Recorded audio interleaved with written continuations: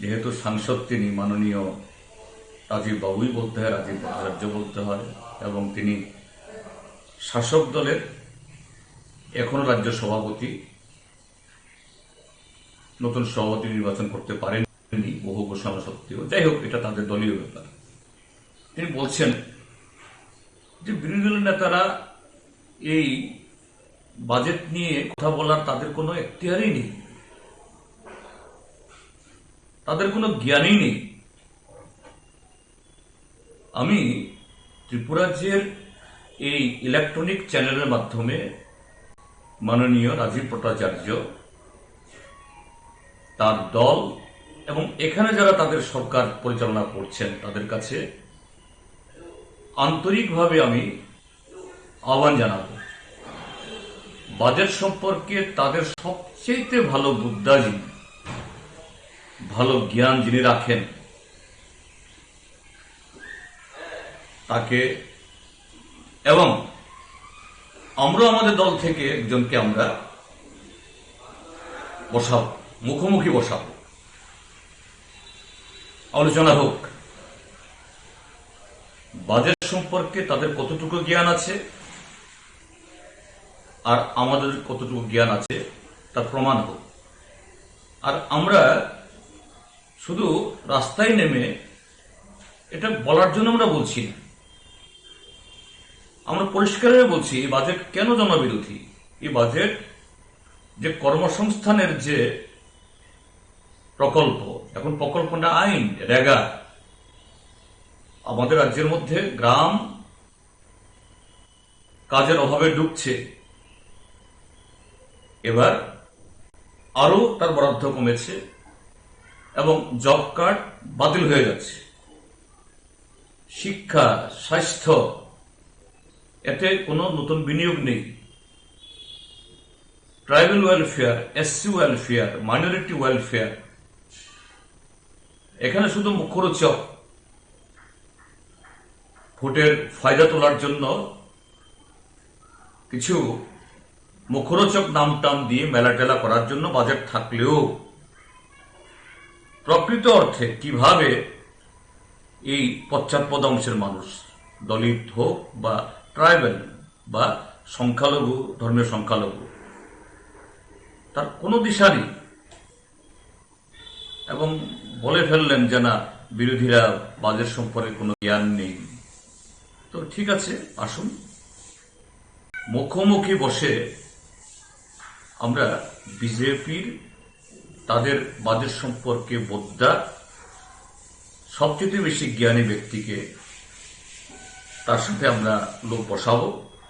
সারা ত্রিপুরাজ্য মানুষ দেখবেন আপনাদের চ্যানেলের মাধ্যমে।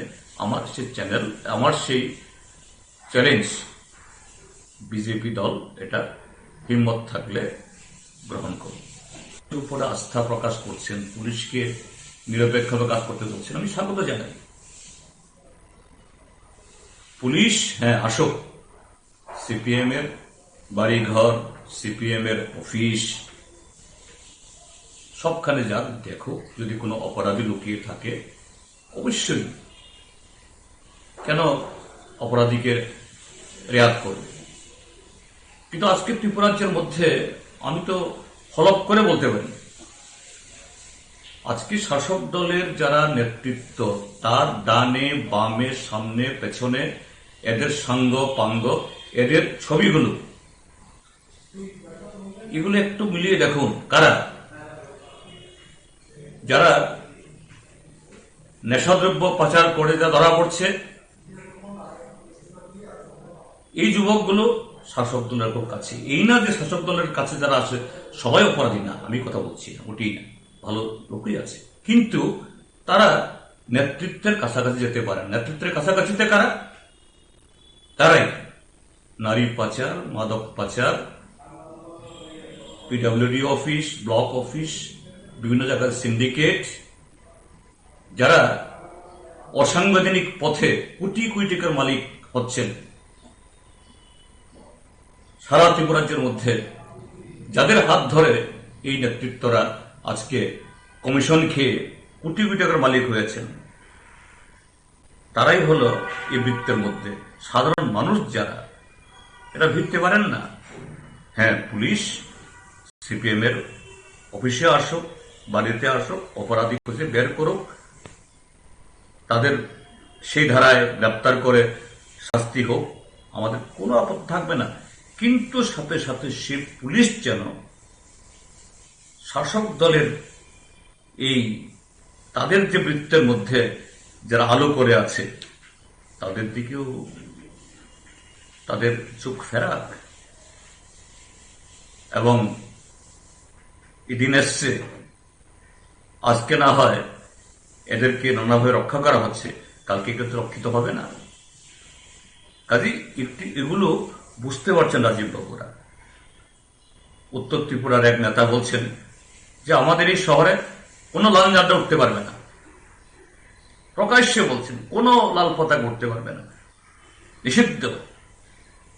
যদিও আবার ক্ষমা টমা চেয়ে নিচ্ছেন আবার, তো ক্ষমা টমা চাইলেও ক্ষমা পেয়ে যাবে জনগণের কাছ থেকে, এটা হবে না। এবং